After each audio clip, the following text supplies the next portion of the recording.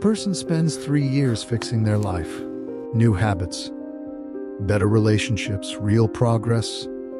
Then one morning they start skipping the habits.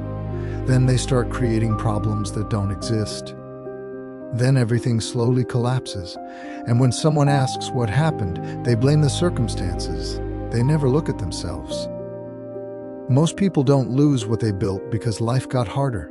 They lose it because life got easier, and something deep inside them could not tolerate that. There is a pattern that runs through the lives of people who keep rebuilding and collapsing, who keep getting close and then pulling back, who work for years towards something stable and then quietly make sure it doesn't stay that way. What if the collapse wasn't accidental? Think about the person who grew up inside instability. Not necessarily dramatic instability. A home where tension was always present, where love was inconsistent, where calm never lasted long enough to trust. That environment teaches one lesson. Not through words, through experience repeated daily for years. Calm doesn't last, good things end. Stability is just the pause before something breaks. So when that same person finally builds something real, the mind doesn't celebrate, it prepares. It waits for the collapse that feels inevitable. And when the collapse doesn't come on its own, something underneath starts engineering it. Watch how it happens. They pick an argument with someone who has been nothing but patient with them. Not because the relationship is broken, because it feels too stable, too unfamiliar.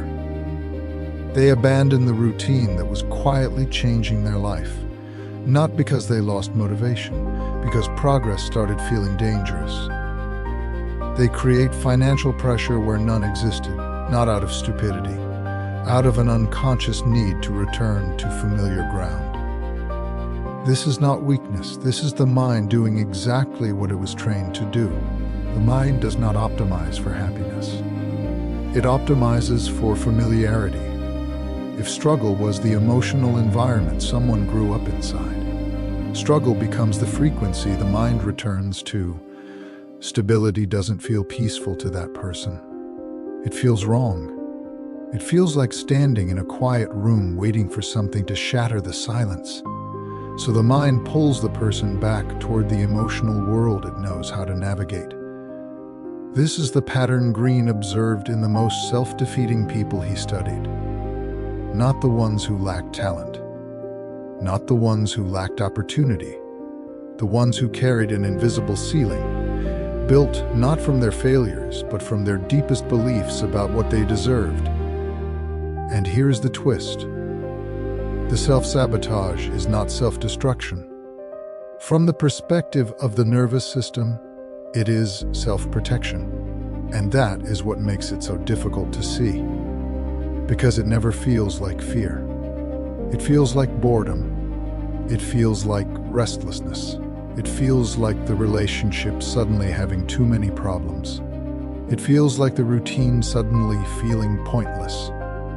A perfectly reasonable explanation for why things fell apart.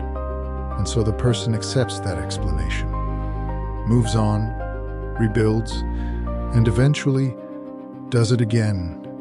The problem was never the habits they abandoned, never the relationships they destroyed, never the opportunities they missed. The real problem lives in the identity built inside difficulty, inside inconsistency, inside an emotional environment that never felt safe. That identity learned one thing above everything else. I am someone who struggles. Struggle is where I belong. And when life stops offering struggle, that identity has no context to exist inside. It becomes a soldier still fighting a war that ended years ago, until it manufactures one. Have you ever noticed this in your own life?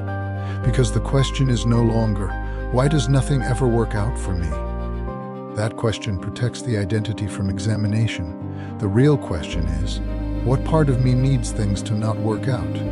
Insight, without identity-level change, is just a more articulate version of staying stuck.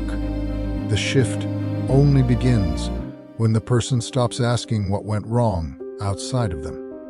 and starts examining what feels threatening about things going right. But it is the only place where the pattern actually ends.